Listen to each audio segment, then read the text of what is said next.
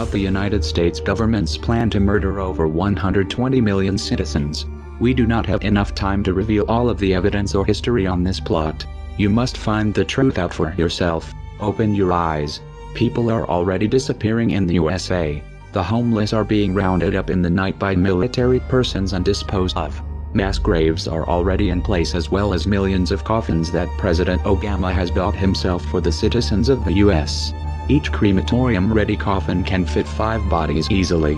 The citizens of America have already been divided into groups based on data gathered on them by census records, NSA spying, and labeled by markers on their mailboxes. There are 3 groups: the dead group, the re-education group, and the compliance group. The citizens labeled for the dead group are going to be rounded up beginning in mid-July and taken to one of over 800 FEMA camps in the US, each prepared to exterminate and dispose of over 220,000 people at one time. These camps have been built over many years and are equipped, guarded, and functioning as we speak. The citizens labeled to be re-educated will be sent to the camps to be brainwashed, re-educated, until the government deems them fit for circulation back into society. Lastly, the compliance group are those who the government does not see as a threat, but as those able to be bribed or simply weak enough to comply with anything the government demands. Already, in the US, soldiers from all branches of military are set up and actively running night raids in civilian homes, and more are coming daily. Law enforcement is set up to work with them. New military vehicles and equipment are being injected into the society every day. Obama states the purpose of this is for a drill that will help train military for combat situations and to get the public used to interacting with them. The United States of secrecy has kept you all blind, just like the US citizens are kept blind. Bills have been passed secretly, without going through Congress, without being seen or approved by anyone but the president alone. Bills that make martial law easily available, indefinite detention and torture of any citizen without hearing or trial legal, as well as the assassination of any US citizen without need for explanation, unrestricted by dictator Obama. The United States has been a police state for many years now, but it is coming to a head. Obama is planning on implementing martial law so he can further control the population, murder citizens, stay in power, and eventually bring about a new world order. Already Russia, China, and countries in Europe are in alliance with the US on this and plan to aid in creating one world government. We are not here today to discuss this, but to help save the people. If you think the American Holocaust will not affect you, you are sadly mistaken. This is going to spread. This is already taking place. People are already being murdered. The United States citizens need your help to save the country and their lives. Use a natural disaster to claim a 3rd term as president. Recently, there has been a lot of talk about an imminent disaster that could happen. 2 months ago, it was Yellowstone. And just after that, everybody was worried about Mount St. Helens. And then the big news was the epic hurricane season that we would see this summer. And now, all the attention is focused on the Cascadia subduction zone and the threat of a 9.0 earthquake that could affect millions of people along the West Coast. It's as though the government is cluing us in that a huge natural disaster is going to happen at any moment, and it could be anything, and we should be prepared. Why are they doing this? Obama and FEMA officials have spoken out now on several occasions.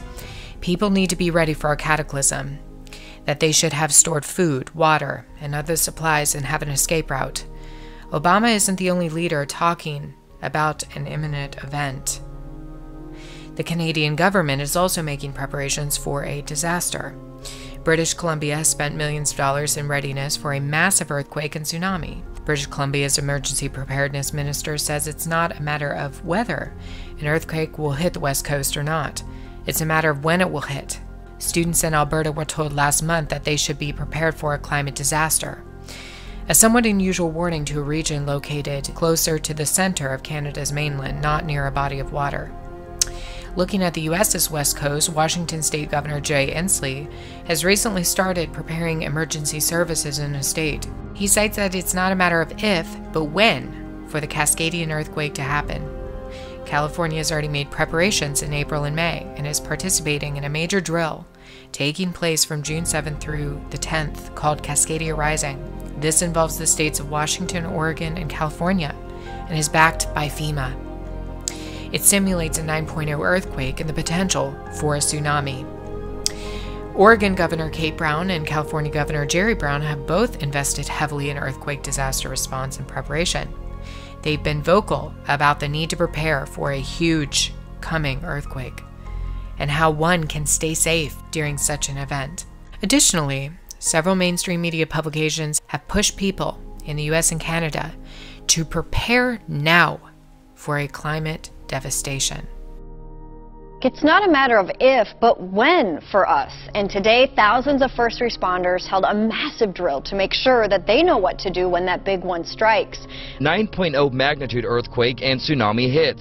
In fact, the Oregon Office of Emergency Management says it'll affect more than 15 million people in our area. 5,000 of them will die, and more than 1 million of them will be in need of food, an issue Governor Kate Brown addressed this morning. And their homes should be stocked with food, water, and critical items to help them sustain extended periods of time without electricity or plumbing. Total chaos that can happen at any moment. Why are they doing this?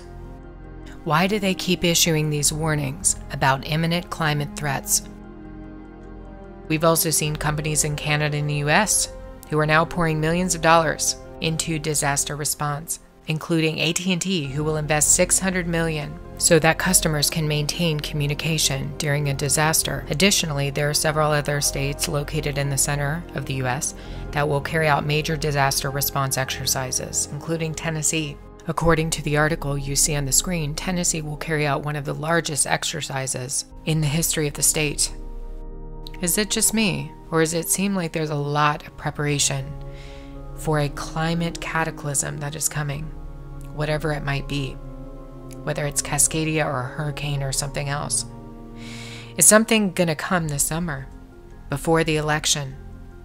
And if so, could this result in a cancellation by Barack Obama? The answer is yes. In fact, Obama can do it easily with the declaration of martial law. Constitutional rights in America will be suspended in such an instance. It is hard for people in the U.S. to envision what their nation would look like under martial law. Some say it can't be done, but I beg to differ. In fact, I will play a clip of a congressional hearing from decades ago, where a discussion ensued about the suspension of the Constitution and the establishment of a provisional government during a time of national crisis. A crisis does not have to be a military invasion. It could be a natural disaster that leads to the outbreak of chaos. In this event, Obama could easily lay aside all amendments of the Constitution, including the 22nd, that forces term limits on the executive branch. Colonel North, in your work at the NSC, were you not assigned at one time to work on plans for the continuity of government in the event of a major disaster? Mr. Chairman. I believe that question touches upon a highly sensitive and classified area, so may I request that you not touch upon that, sir. I was particularly concerned, Mr. Chairman, because I read in Miami papers and several others that there had been a plan developed by that same agency, a contingency plan in the event of emergency that would suspend the American Constitution. And I was deeply concerned about it and wondered if that was the area in which he had worked. I believe that it was. May I most respectfully request that that matter not be touched upon at this stage. If we wish to get into this, I'm certain arrangements can be made for an executive session. And tragically, the only member who got close was Jack Brooks, and he was stopped by the chairman. But the truth of the matter is that, yes, you do have those standby provisions, and the plans are there, and the statutory emergency plans are there, whereby you could, in the name of stopping terrorism, apprehend, invoke the military, and arrest Americans and hold them in detention camps. This clip clearly shows that a top-secret plan has been in place for some time that pertains to the suspension of the U.S. Constitution and the ushering in of a provisional government during a national crisis. For the naysayers, here is a congressman who was told to shut up when he questioned that such a plan was already in place. If Obama isn't going to declare martial law and establish a provisional government at some point from now until January 19, 2017, then why did Mitch McConnell fast-track a bill back in January that handed Obama absolute authority of the U.S. military to declare martial law anywhere in the world, including the United States? That's correct. Never before in history has a president of the U.S. had such power over the military to declare martial law for any reason, at any point in time, anywhere in the world. Martial law changes everything, even constitutional rights. You no longer have them. They're gone, including the 22nd Amendment, which limits Obama to 2 terms. He no longer would be forced to leave office if martial law was declared. Several individuals have spoken out publicly about the potential for an Obama 3rd term with the eruption of a major calamity in the United States. Dr. Ben Carson warned that Obama could cancel the election under widespread anarchy, while former Congressman Allen West declared that Obama was taking several actions to ensure that he will have a 3rd term. Larry Nichols has spoken out about Obama's plot to keep power using a FEMA provisional government, and Democratic Senator Chris Murphy warned on the floor of the Senate back in January that Mitch McConnell's bill was handing martial authority to Barack Obama. Is working. Madam President, today I wanted to come down to the floor to speak very briefly about a resolution that the Majority Leader introduced, I believe, earlier today. This is an authorization for military force resolution that apparently purports to give the President legal authority to conduct military operations against ISIS. Before we break for the weekend, Madam President, I thought it was important to come to the floor to explain why, very briefly, to my colleagues, to explain what this resolution really is. This resolution is a total rewrite of the War Powers Clause of the United States Constitution. Let's be clear about that.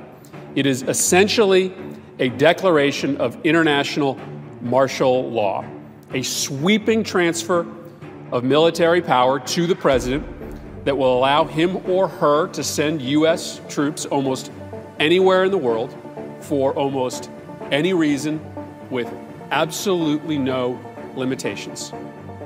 Everything's been put in place. The stage has been set. All that's needed now is a widespread calamity or catastrophe, and then troops can be ushered in, and the martial declaration can be made in the United States. An Obama 3rd term scenario is really not hard to accomplish.